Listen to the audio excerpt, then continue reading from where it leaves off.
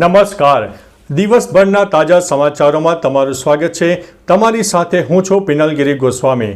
સમાચારો વિસ્તારથી જાણીએ એ પહેલા મહત્વના સમાચારો ઉપર એક નજર. મિત્રો, આજની વિડીયોમાં વાત થશે ખ્યાતિકાંડમાં મુખ્ય આરોપીની ધરપકડ. હવે નવા ખુલાસા પણ સામે આવવાના છે. ત્યારે આગળ વાત થશે રશિયન સેનામાં સેવા આપતા 12 ભારતીયોના થયા છે મોત. અમેરિકામાં ભારતીય વિદ્યાર્થીને 8 વર્ષની કેદની સજા ફટકારવામાં આવી છે. ત્યારે વાત થશે ફરીથી વડોદરાના માથે પાણી કાપનું આયોજન કરવામાં આવ્યું છે. ત્યારે વાત થશે શાળામાં સડેલું અનાજ મળ્યું, તપાસના આદેશ આપી દેવામાં આવ્યા છે. ખાખી સામે ખાખીએ જ કરી છે લાલ આંખ, વાત છે નરોડાની. ત્યારે આગળ વાત થશે દેવભૂમિ દ્વારકામાં સતત 7મા દિવસે ડિમોલિશનની કામગીરી હાથ ધરવામાં આવી છે. ત્યારે વાત થશે બોર્ડના વિદ્યાર્થીઓ માટે ખાસ સારથી પોર્ટલ શરૂ કરવામાં આવ્યું છે. ત્યારે આગળ વાત થશે પ્રદૂષણ પર સુપ્રીમ કોર્ટની કડક ટિપ્પણી સામે આવી છે. અને અંતે વાત થશે માઉન્ટ આબુમાં 0.8 ડિગ્રી સેલ્સિયસ તાપમાન જોવા મળ્યું છે. હવે મિત્રો સમાચાર વિસ્તારથી. હવામાન વિભાગના જણાવ્યા અનુસાર રાજ્યનું એકમાત્ર hill station mount Abu 0.8 degree Celsius તાપમાન સાથે સૌથી ઠંડુ રહ્યું છે. મેદાની વિસ્તારોમાં સિરોહીમાં 3.8 ડિગ્રી સેલ્સિયસ તાપમાન નોંધાયું છે. આ ઉપરાંત સિકરમાં 4 ડિગ્રી, પિલાનીમાં 6.4, જાલોરમાં 6.8 અને શ્રી ગંગાનગરમાં 7.4 ડિગ્રી સેલ્સિયસ તાપમાન નોંધાઈ ગયું છે. મિત્રો, અન્ય મહત્વના સમાચારની વાત કરીએ તો પ્રદૂષણ પર સુપ્રીમ કોર્ટની કડક ટિપ્પણી સામે આવી છે. સુપ્રીમ કોર્ટે કહ્યું છે કે વધતું વાયુ પ્રદૂષણ એક ગંભીર સમસ્યા છે અને તેને પહોંચી વળવા માટે જરૂરી પગલાં કઠોર હોવા જોઈએ.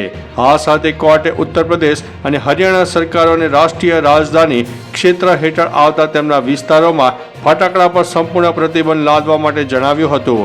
આ સાથે કોર્ટે માહિતી આપી છે કે રાજસ્થાને એનસીઆરમાં સમાવિષ્ટ વિસ્તારોમાં ફટાકડા ફોડવા ઉપર સંપૂર્ણ પ્રતિબંધ લાદ્યો છે. મિત્રો, અન્ય મહત્વના સમાચારની વાત કરીએ તો બોર્ડના વિદ્યાર્થીઓ માટે ખાસ સારથી પોર્ટલ શરૂ કરવામાં આવ્યું છે. ગુજરાત શિક્ષણ બોર્ડ દ્વારા બોર્ડના વિદ્યાર્થીઓ માટે ખાસ સારથી પોર્ટલ શરૂ કરાયું છે. આ પોર્ટલ પરથી વિદ્યાર્થી અને વાલીઓને અભ્યાસને લગતી મૂંઝવણ દૂર કરવામાં આવશે.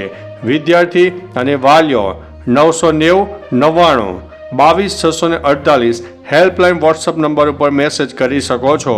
ઉલ્લેખનીય છે કે આગામી ફેબ્રુઆરીમાં ગુજરાત શિક્ષણ બોર્ડ દ્વારા ધોરણ 10 અને 12ની બોર્ડની પરીક્ષાનું આયોજન છે. મિત્રો, અન્ય મહત્વના સમાચારની વાત કરીએ તો દેવભૂમિ દ્વારકામાં સતત 7મા દિવસે ડિમોલિશનની કાર્યવાહી હાથ ધરવામાં આવી છે. દેવભૂમિ દ્વારકામાં સતત 7મા દિવસે ડિમોલિશન યથાવત છે. 7મા દિવસે બેટ દ્વારકામાં વધુ 8 સ્થળે દબાણ હટાવવાની કામગીરી હાથ ધરવામાં આવી હતી. આ દરમિયાન હનુમાન દાંડી રોડ પર આવેલા અનઅધિકૃત બાંધકામો ઉપર બુલડોઝર ફેરવવામાં આવ્યું હતું. સત્તાવાર માહિતી મુજબ કુલ 7,614 ચોરસ મીટરની જમીન પરથી દબાણ હટાવવામાં આવ્યા છે. મિત્રો, અન્ય મહત્વના સમાચારની વાત કરીએ તો ખાખી સામે ખાખીએ જ કરી છે લાલ આંખ. નરોડા પોલીસ વિરુદ્ધ ગુનો દાખલ કર્યો છે, જેમાં પીસીઆર વાનમાં દારૂની બોટલ અને પૈસા લઈને ફરતા પોલીસકર્મી અને હોમગાર્ડ જવાન સામે ગુનો દાખલ કરીને બંને સામે કાર્યવાહી હાથ ધરવામાં આવી છે. બંનેની હાલમાં ધરપકડ કરવામાં આવી છે અને દારૂ અને પૈસા ક્યાંથી આવ્યા તેની તપાસ પણ આદરવામાં આવી છે. પોલીસકર્મી જો અન્ય કોઈ ગુનામાં સામેલ હશે તો તેની સામે પણ ફરિયાદ દાખલ કરીને કાયદાનું ભાન કરાવવામાં આવશે. મિત્રો, અન્ય મહત્વના સમાચારની વાત કરીએ તો શાળામાં સડેલું અનાજ મળ્યું છે, તપાસના આદેશ આપવામાં આવ્યા છે. વલસાડ જિલ્લાના ધરમપુર તાલુકાના મરદમાળ ગામમાં શાળામાં સડેલું અનાજ મળી આવ્યું છે. ધરમપુરની પ્રાથમિક શાળામાં 160 બાળકોને અપાતા ચણામાં જીવજંતુ મળી આવ્યા છે. સુરત મ્યુનિસિપલ કોર્પોરેશન સમિતિએ ધરમપુર તાલુકા પંચાયતના અધ્યક્ષ સભ્ય કલ્પેશ પટેલને ફરિયાદ કરી હતી કે શાળામાં બાળકોને અપાતા ચણામાં જીવજંતુ જોવા મળ્યા છે. અધિકારીએ જણાવ્યું છે કે આ કેસમાં દોષિતો સામે કડક કાર્યવાહી કરવામાં આવશે. મિત્રો, અન્ય મહત્વના સમાચારની વાત કરીએ તો ફરી વડોદરા માટે પાણીનો કાપ. વડોદરા મહાનગરપાલિકા હસ્તકના પાણી પુરવઠા વિભાગ દ્વારા વડોદરા શહેરના પૂર્વ વિસ્તારમાં પાણી ગેટ ટાંકીના કમાન્ડ વિસ્તારમાં સાંજના સમયે પાણીનો કાપનું આયોજન છે. અહીંયા નળિકા જોડાણની કામગીરી કરવાની હોવાને કારણે આ વિસ્તારના લોકોને સાંજના સમયે પાણી મળશે નહીં.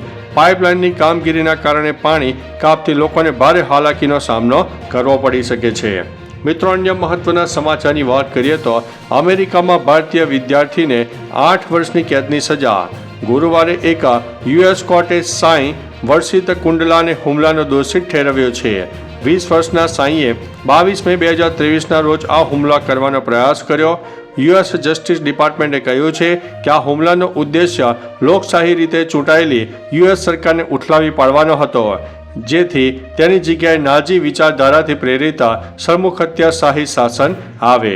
મિત્રો, અન્ય મહત્વના સમાચારની વાત કરીએ તો રશિયન સેનામાં સેવા આપતા 12 ભારતીયોના મોત. રશિયા અને યુક્રેન વચ્ચે યુદ્ધ ચાલુ છે. ભારતીય વિદેશ મંત્રાલયે શુક્રવારે જણાવ્યું હતું કે રશિયાએ ભારતને જાણ કરી છે કે રશિયન સેનામાં સેવા આપતા 16 ભારતીયો ગુમ છે. મંત્રાલયે જણાવ્યું છે કે રશિયન સૈન્યમાં સેવા આપતા ભારતીય નાગરિકોને પાછા મોકલવાની વિનંતી કરવામાં આવી છે. તેમાં કહેવામાં આવ્યું છે કે રશિયન સૈન્યમાં સેવા આપતા 12 ભારતીયો અત્યાર સુધીમાં મૃત્યુ પામ્યા છે. મિત્રો, અન્ય મહત્વના સમાચારની વાત કરીએ તો ખ્યાતિકાંડમાં મુખ્ય આરોપીની ધરપકડ, હવે નવા ખુલાસા થશે. અમદાવાદના ખ્યાતિકાંડમાં ખ્યાતિ ગ્રુપના ડાયરેક્ટર અને ચેરમેન કાર્તિક પટેલની ધરપકડ થઈ છે. કાર્તિક પટેલ પહેલા ઓસ્ટ્રેલિયા અને પછી દુબઈ ગયો હતો. હવે તેને ક્રાઇમ બ્રાન્ચની કસ્ટડીમાં રખાશે. હવે વાત એવી છે કે ખ્યાતિકાંડને લઈને કાર્તિક પટેલે મોટો આરોપી છે. ખ્યાતિકાંડને લઈને કાર્તિક પાસેથી હવે પોલીસને ઘણા પણ ખુલાસા જાણવા મળી શકે છે. તો ચાલો મિત્રો, ફરીથી દેશ અને દુનિયાના સુપરફાસ્ટ સમાચાર લઈને મળતા રહીશો. ત્યાં સુધી અમને રજા આપશો. નમસ્તે.